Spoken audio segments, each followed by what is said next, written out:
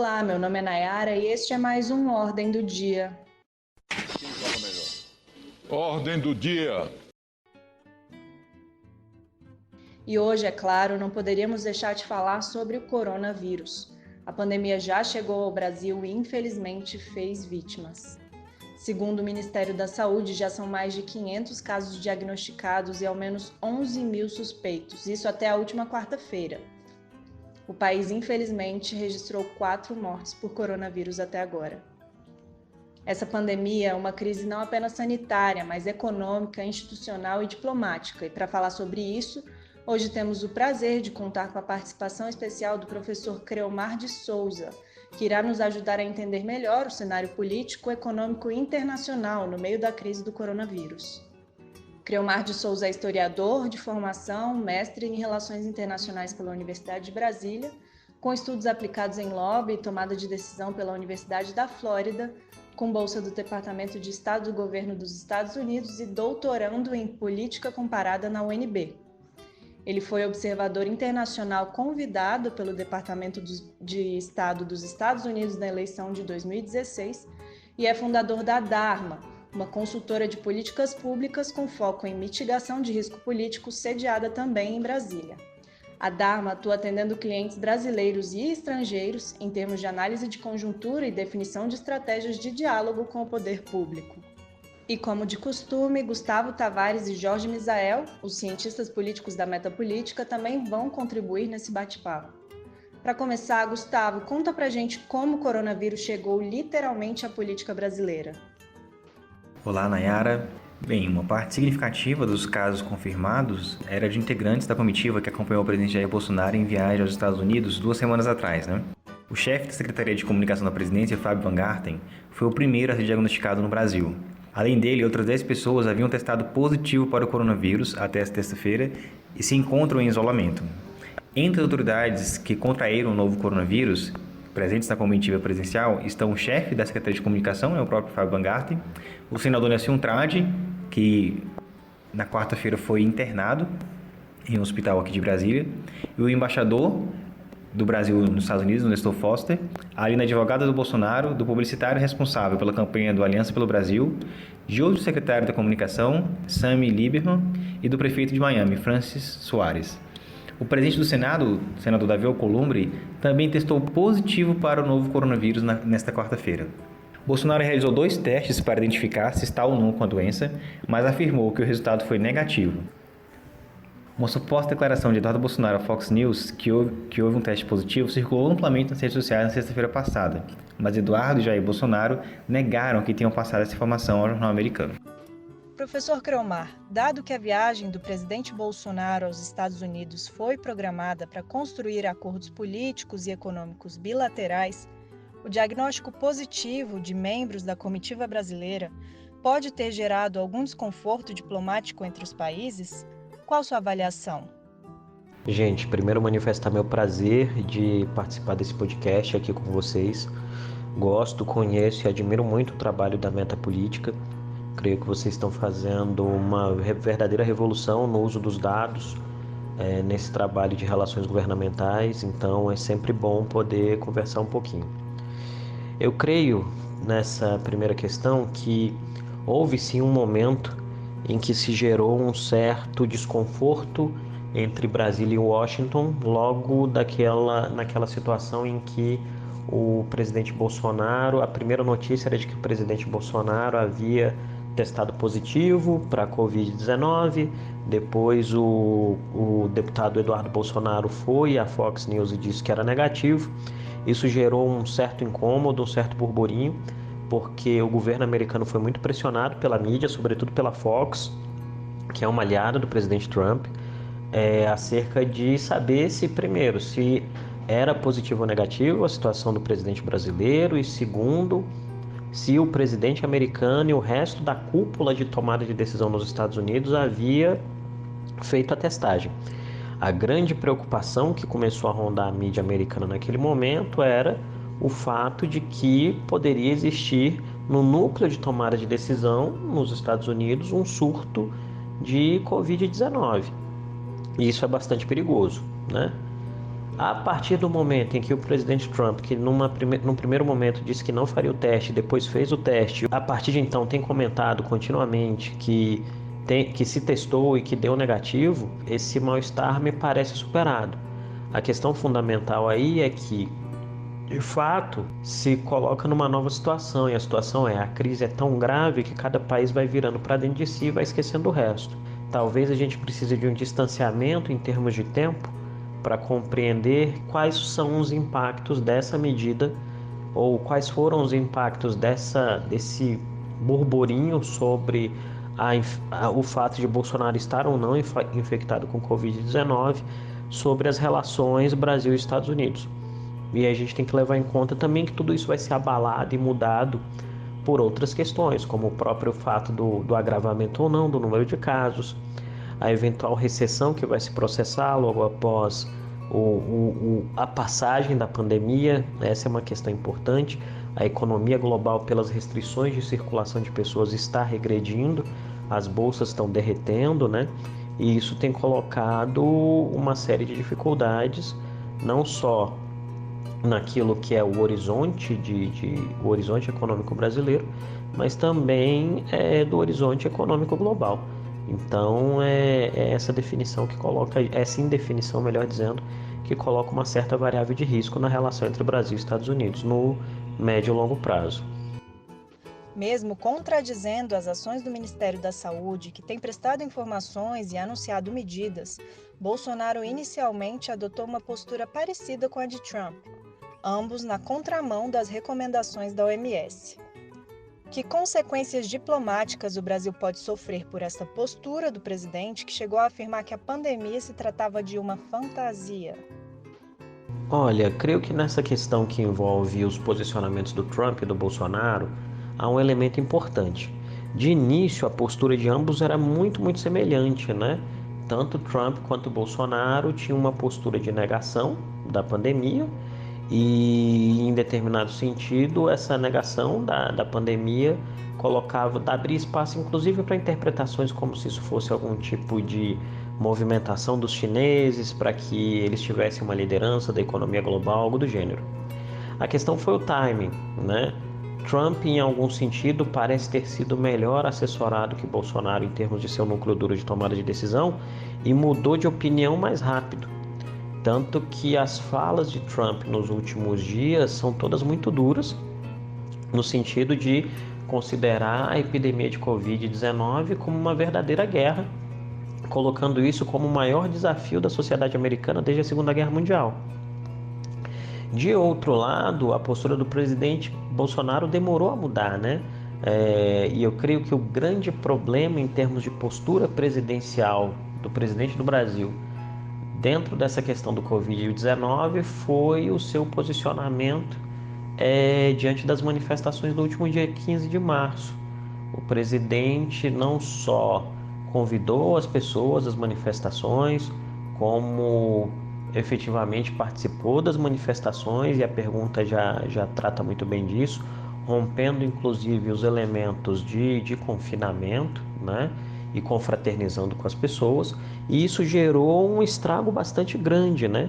Rompeu um lastro de confiança que pedaços da sociedade brasileira tinham com o presidente e que efetivamente não estavam preocupados em algum sentido com o fato do presidente ser conservador em alguns temas ou não, mas havia um pacto, né? Uma confiança de que o voto depositado significaria dizer que em situações graves o presidente teria uma postura adequada, né, em relação à atuação no combate a determinados tipos de crise. E esse escorregão, que eu acho que está muito vinculado ao próprio temperamento do presidente, o presidente foi confraternizar com as pessoas porque o presidente se forjou politicamente, intelectualmente e mentalmente numa lógica de que o confronto é o seu principal instrumento de política. O presidente sempre foi muito ousado em termos de comportamentos políticos. E essa ousadia em uma situação de crise bastante grave como essa gerou uma certa dificuldade. E uma dificuldade, inclusive, em termos de posicionamento, né? O presidente fez uma entrevista coletiva na quarta-feira E nessa entrevista coletiva, o presidente, até metade da entrevista, a gente pode dizer que o presidente foi bastante presidenciável. Mas depois de uma pergunta feita por uma das jornalistas escaladas, ele voltou a um patamar de partidarização da temática. E esse é um problema muito grave, né? À medida que o presidente Bolsonaro tem um temperamento de não levar o desaforo para casa, ele não aceita a provocação.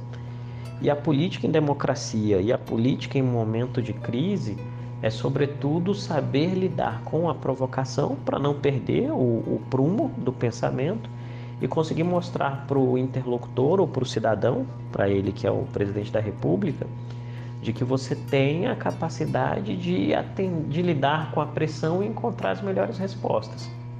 Pois bem, à medida que o presidente se perde em algumas das respostas e tem algum tipo de posicionamento mais raivoso, por assim dizer, isso cria, obviamente, uma enorme dificuldade para ele, né? E agora a gente tem que esperar, ou melhor, observar se a capacidade de articulação do presidente é tão boa quanto a sua capacidade de confronto. Por quê? Porque ele precisa de consenso e ele precisa de suporte para poder avançar nas agendas que envolvem o combate à pandemia de coronavírus. O Ministério da Saúde do Brasil anunciou que poderia convocar médicos cubanos, além de estudantes de medicina, para auxiliarem nos tratamentos de pessoas infectadas pelo vírus. Considerando o modo como o programa Mais Médicos foi encerrado no Brasil, o governo cubano pode apresentar alguma resistência em oferecer esse suporte? Então, até onde eu havia encontrado informações, porque isso foi posto, mas não me pareceu muito claro. Me parecia que no primeiro momento a utilização ia ser dos médicos cubanos que permaneceram em território nacional, né? E não a importação de médicos. Agora, se isso for feito, né? Se o governo de fato optar por novamente buscar apoio do governo cubano para importar mão de obra em termos de médicos e enfermeiros para lidar com a epidemia do coronavírus, muito provavelmente Cuba não vai apresentar resistência, não. E por um fato muito simples, né? Essa questão do uso da mão de obra dos médicos e dos enfermeiros cubanos é uma fonte de receita do governo, né? Há mais há algumas décadas, para não cometer nenhum erro de imprecisão, há algumas décadas os cubanos fornecem serviços médicos para vários países ao redor do mundo e isso é uma fonte de receita continuada para esses médicos e para o governo cubano, né? Inclusive no caso do Covid-19 também, né? Pessoal médico, pesquisador cubano teve lá na China e eu acredito que eles vão atuar em outros lugares também à medida que haja essa necessidade. Eu creio que a questão fundamental que a pandemia talvez mostre, e aí o desafio é tentar saber se o governo brasileiro vai conseguir compreender esse elemento, é que em determinados níveis de crise, as bandeiras ideológicas têm que ser postas de lado. E esse é o grande dilema, né? Porque esse é um governo eleito por uma bandeira ideológica muito forte, com um posicionamento ideológico muito forte e com uma missão muito clara de mudar a balança de poder interna do Brasil em termos de mentalidade. Então, os elementos que têm ocorrido agora e as situações como têm sido postas têm colocado esse governo em uma situação de bastante pressão, né? E não só gerado a necessidade e uma certa ansiedade da sociedade acerca da capacidade do Palácio do Planalto de responder aos desafios da crise ocasionada pela pandemia do Covid-19. Eu creio que esses são os elementos bastante importantes nesse contexto. Jorge, aproveitando os comentários já feitos pelo professor Creomar, como você resume o cenário que envolve a postura do presidente em relação à pandemia e as manifestações a seu favor? Oi, Nayara, tudo bem? É um prazer estar aqui de volta com você, com o Gustavo, especialmente com o professor Creomar, para debater esse que é, sem dúvida, o principal assunto do momento. Nesse ponto aqui, eu queria lembrar que o presidente tem adotado uma postura meio flutuante, eu poderia dizer assim, né? Como o professor Creomar bem disse, ali nos Estados Unidos ainda o presidente Bolsonaro dizia que não tinha motivos para histeria. E essa postura foi subitamente alterada ali após o resultado positivo do Van Hatten. Depois disso, em seguida, ele alterou novamente seu posicionamento, aparecendo ali uma live com o ministro da Saúde, Mandetta, já com máscaras, o que mostrou que, de fato, havia motivos para preocupação e que não era só histeria.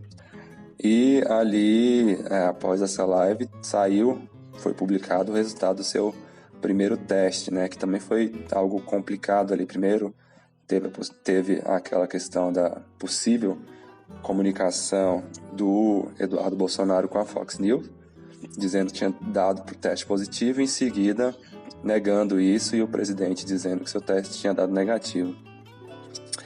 E logo em seguida vieram as manifestações, né, do último domingo, em que a gente não tinha ainda uma ideia de qual seria a postura adotada pelo presidente, já que na live anterior, que ele fez ao lado do ministro da Saúde, ele tinha pedido para que os manifestantes não fossem às ruas, pedindo para que não houvesse manifestações, não ponderasse com a ideia de participar de aglomerados e tal. E aí no domingo, como ele foi repercutindo em suas redes, ele acabou, no momento da saída ali do Palácio do Planalto, confraternizando com os manifestantes, algo que até então não era recomendado pelas autoridades sanitárias, inclusive com toques, abraços e tal, e até porque também não tinha tido o resultado do seu segundo exame da contraprova. Enfim, esse foi o cenário aí que a gente conseguiu observar daqui, só fazendo essa avaliação aí retroativa inicialmente, mas que foi essa postura flutuante, como eu disse inicialmente.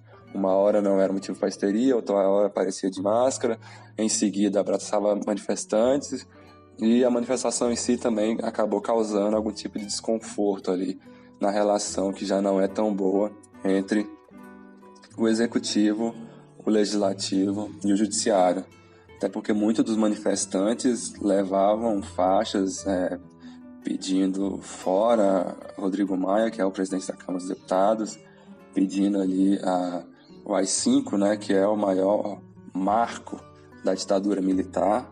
Então, esse incômodo também ficou muito claro ali, que acabou causando um problema muito grande do ponto de vista de relação entre executivo e legislativo especialmente.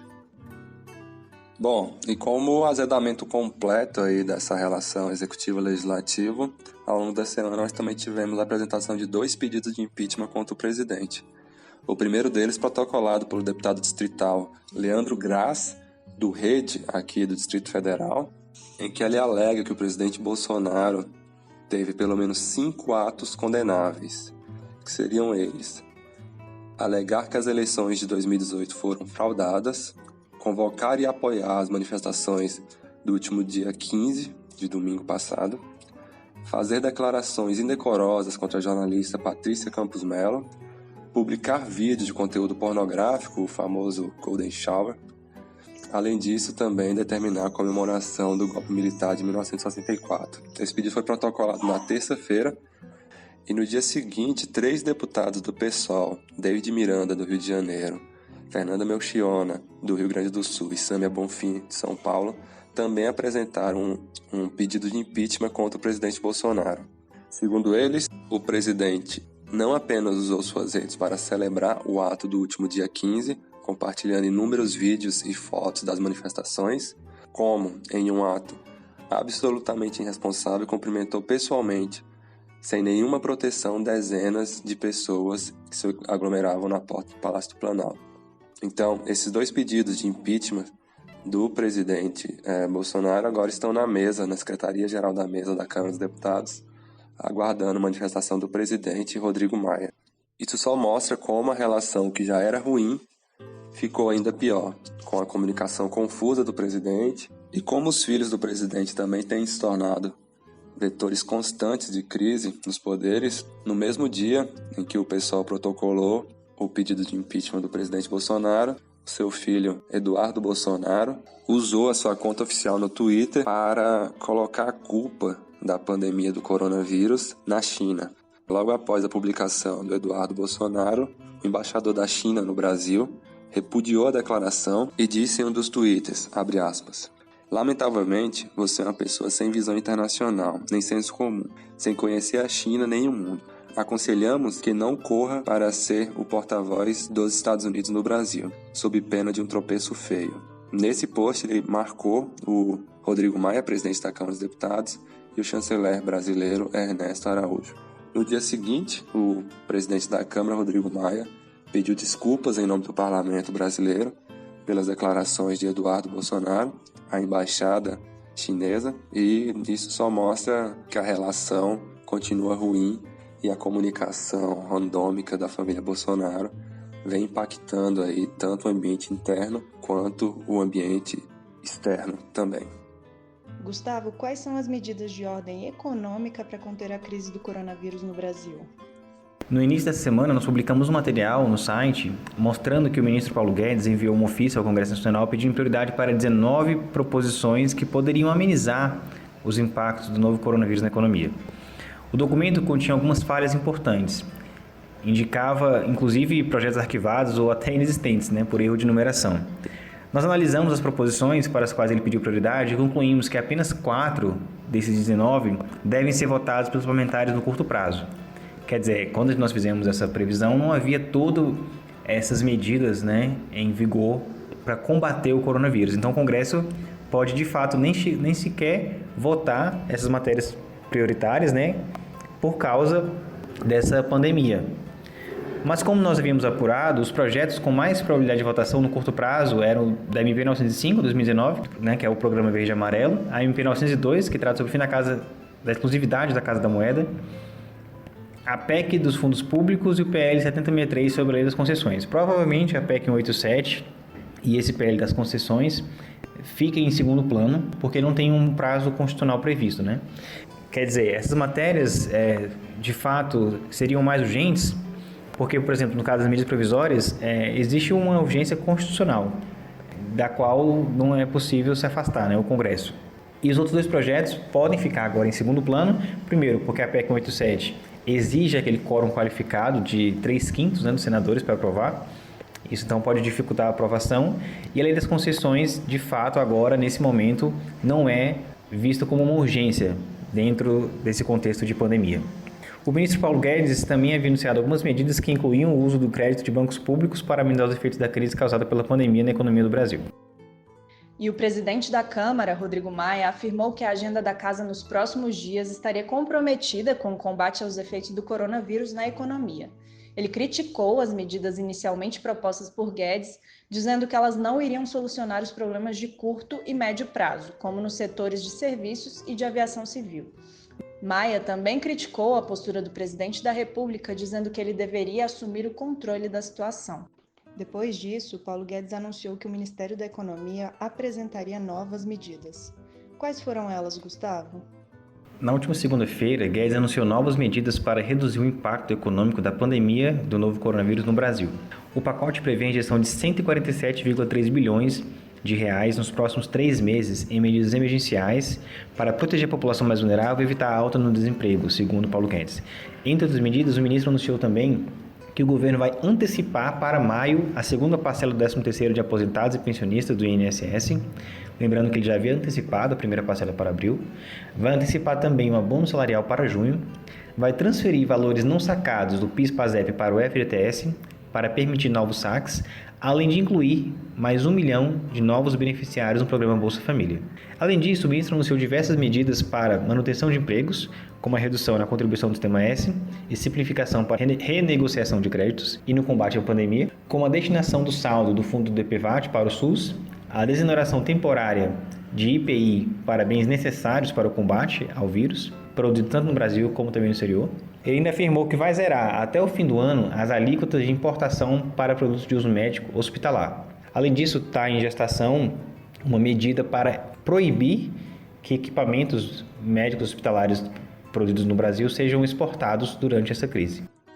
Também nesta agitada quarta-feira, o plenário da Câmara dos Deputados aprovou o decreto de calamidade feito pelo presidente Jair Bolsonaro. O pedido para declaração de estado de calamidade pública foi aprovado em votação simbólica e será encaminhado ao Senado, onde precisa de 41 votos favoráveis para ser aprovado. Em meio a essa crise diplomática, há poucos dias nós consultamos o professor Creomar sobre se o decreto seria uma possibilidade e questionamos também se a declaração de estado de calamidade no país, em meio a um período de extrema instabilidade nas relações entre o presidente e o parlamento, poderia representar uma ameaça à democracia. Então, pelo que nós temos visto de desdobramento até agora, sobremaneira depois da repercussão negativa da presença do presidente nas manifestações do dia 15 de março e da própria manifestação do presidente Bolsonaro, que, apesar de manter um tom politizado e de politização da pandemia em determinado sentido, do seu jeito tentou fazer um aceno mais presidenciável, né? Tentou colocar panos quentes e convidou para diálogos os presidentes da Câmara, do Senado, do STF e do Ministério Público. Há o desafio do governo encontrar estratégias para combater a crise sem que isso gere um abalo nas estruturas institucionais. Eu creio que as casas legislativas têm avançado nesse sentido à medida que têm construído alternativas que vão permitir aos senadores e deputados deliberarem de maneira remota. Esse é um elemento importante. De outro lado, para o bem da democracia brasileira, a repercussão negativa da participação do presidente nos eventos de 15 de março fez com que o governo tivesse que construir um recuo estratégico, no sentido de que ele vai ter que estabelecer pontes de diálogo e contato, sob pena disso gerar um agravamento do quadro institucional e um agravamento do quadro institucional gerar uma lentidão na construção de respostas ao Covid-19 e o efeito concreto disso é que a popularidade do presidente derreteria. E eu creio que ninguém mais do que o presidente tem a noção dos riscos que corre e do quanto ele, diferentemente dos representantes de outros poderes, é o rosto que avaliza ou que é criticado se algo der errado na vida cotidiana das pessoas. E nesse aspecto, então, eu creio que o governo vai optar por um estado de calamidade, o governo vai usar os instrumentos legais balizados pelo Congresso para atuar nessa situação, vai esquecer meta de déficit primário, vai esquecer alguns outros elementos e vai construir saídas que permitam a ele agir de forma a lidar com a crise. Mas até o presente momento eu não vejo evidências concretas que deem à presidência ou ao Estado brasileiro alguma percepção de que a democracia segue em risco. O que segue em risco nesse atual momento é a capacidade do sistema de saúde pública de responder a uma crise que é muito, muito grande. E a gente precisa que o governo seja ágil e rápido nesse processo, né? Quanto mais rápido e quanto mais ágil o governo for nesse processo, melhor para todos nós, e é isso que a gente espera que aconteça. Este foi mais um Ordem do Dia. Agradeço imensamente a participação do professor Creomar, do Gustavo, do Jorge e a audiência de quem está acompanhando o nosso trabalho. Obrigado, Nayara, e até a próxima. Nayara, Gustavo, obrigado pela participação, obrigado pelo convite. Professor Creomar, obrigado mais uma vez. Até a próxima. Se você gostou deste conteúdo, compartilhe o material e vamos levar informação ao máximo possível de pessoas. A todos, mais uma vez, obrigada. Neste momento, tenhamos calma, cuidado e responsabilidade.